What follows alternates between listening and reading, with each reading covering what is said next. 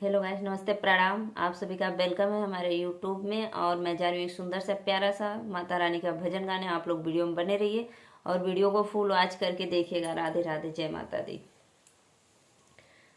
आशीष दे दा मैया घोड़ के दबाई, आशीष दे दा मैया घोड़ के दबाई, आशीष दे दा मैया घोड़ के दबाई। पहला आशीष मैया मोरे नैहर में दिया, पहला आशीष मैया मोरे नैहर में दिया। अमर कई दिया मैया हमरो वीर नवाया, अमर कई दिया मैया हमरो वीर नवाया। शीस दे दा मैया घोड़े के दबाई, आशीष दे दा मैया घोड़े के दबाई।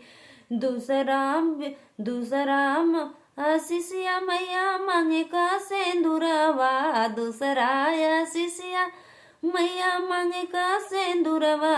अमर कई दिया मैया हमरो सजनवाया, अमर कई दिया मैया हमरो सजनवाया। शीस दे दा मैया घोड़े के दबाई, आशीष दे दा मैया घोड़े के दबाई।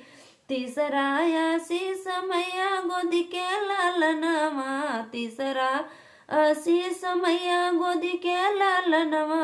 अमर कई दा मैया हमरो लालनवा, अमर कई दा मैया हमरो लालनवा।